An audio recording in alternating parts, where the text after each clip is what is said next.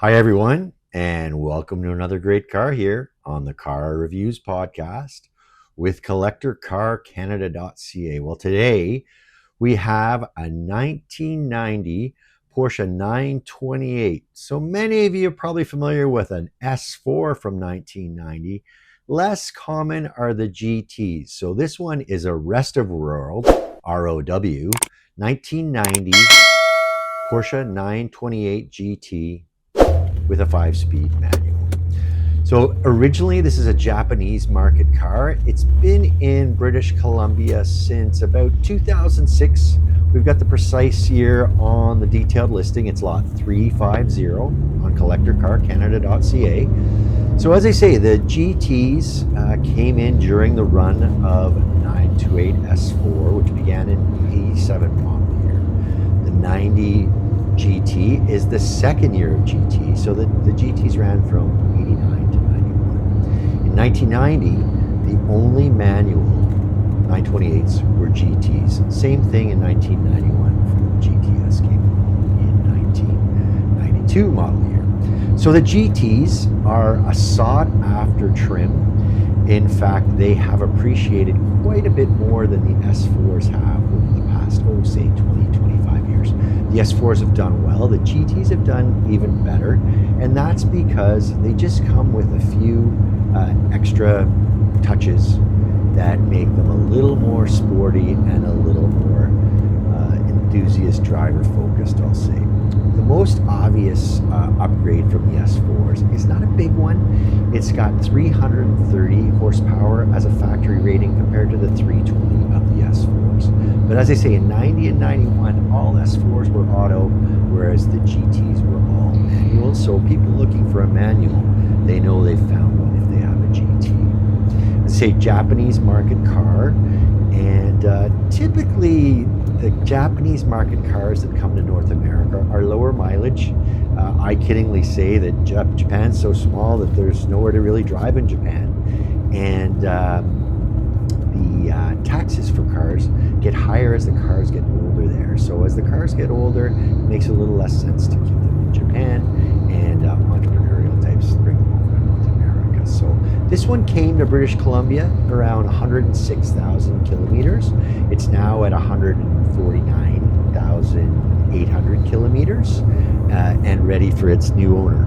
I do want to focus in the introduction here on some of the maintenance that's been done to this car over the past 16 months or so, between 2025 and 2026.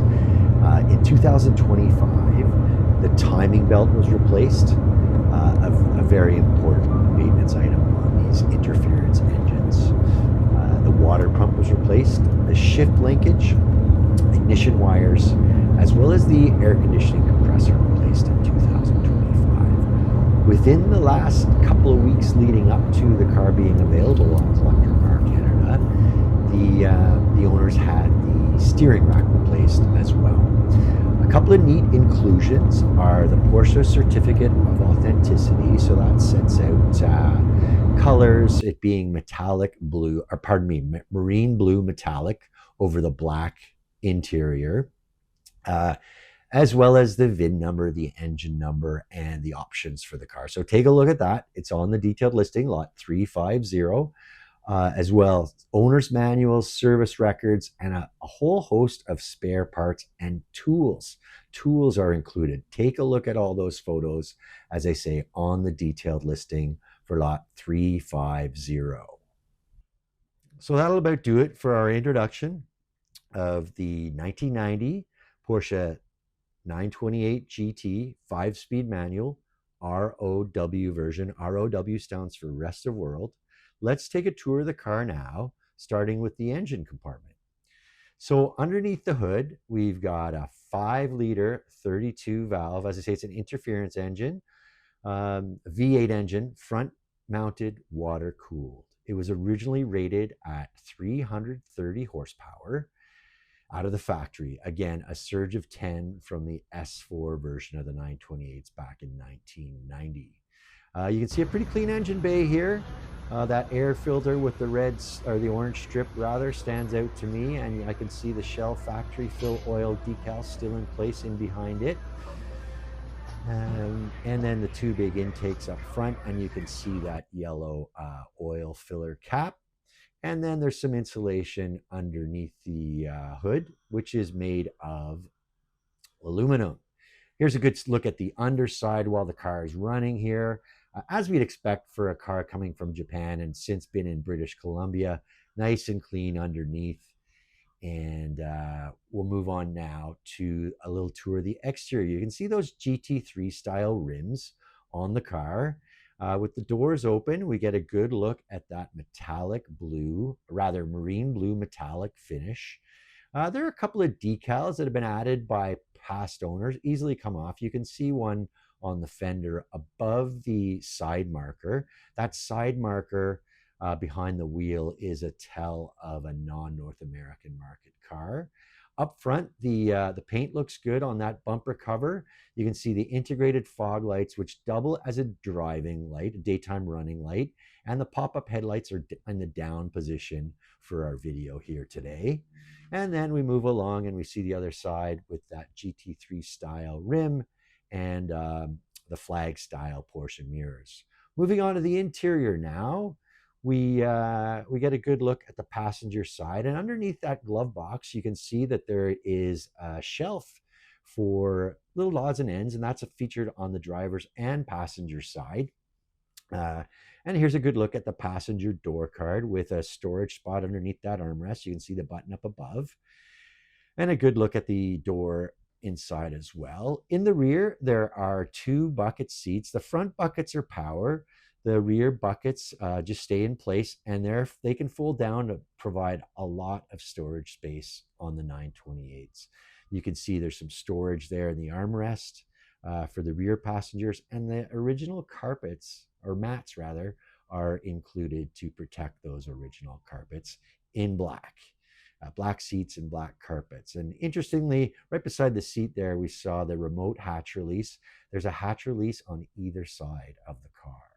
Over onto the driver's side, you can see the handbrake is to the left of the driver, and there's the release as well as a headlight aim adjustment in those two round buttons. We also saw the seats controls on the left, and there's a little bit of wear on the leatherette black seat.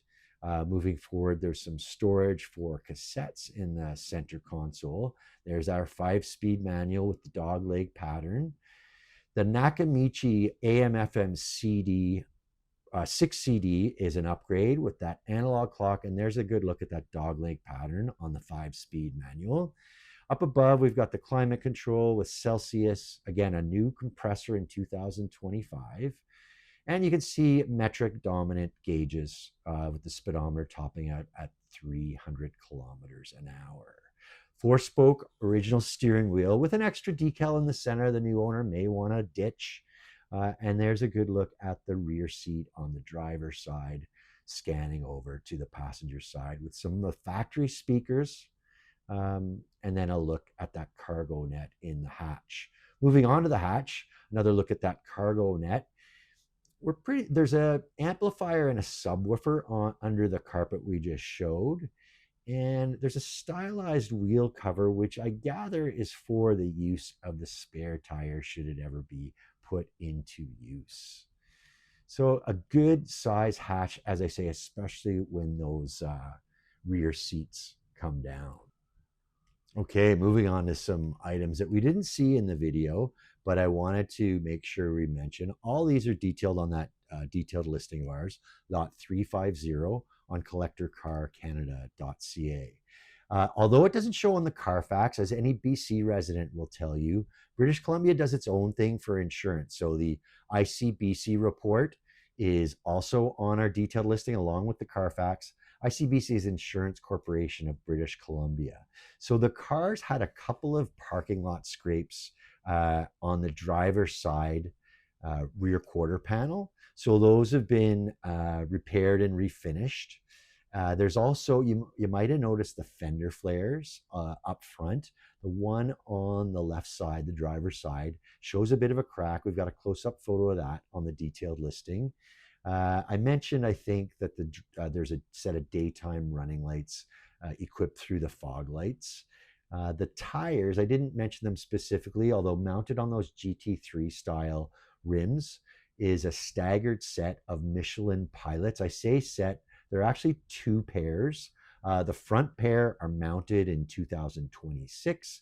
The rear pair have about 25,000 kilometers. I don't remember exactly, but we do have that information on lot 350 on CollectorCarCanada.CA.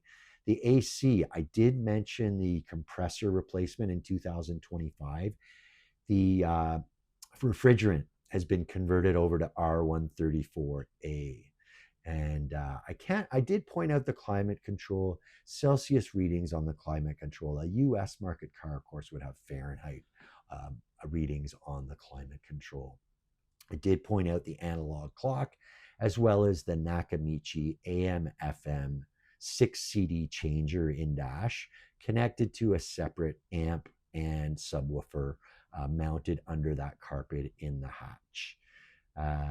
There's also a USB outlet, dedicated USB outlet installed in the car, and you probably noticed the Garmin GPS mounted on the dash, which will go with the car. The central interior light, there's a cutoff switch that's been installed to that just to preclude any mistakes leaving it on. And there's a steering wheel wrap on the car. You probably noticed that as we toured around to the interior.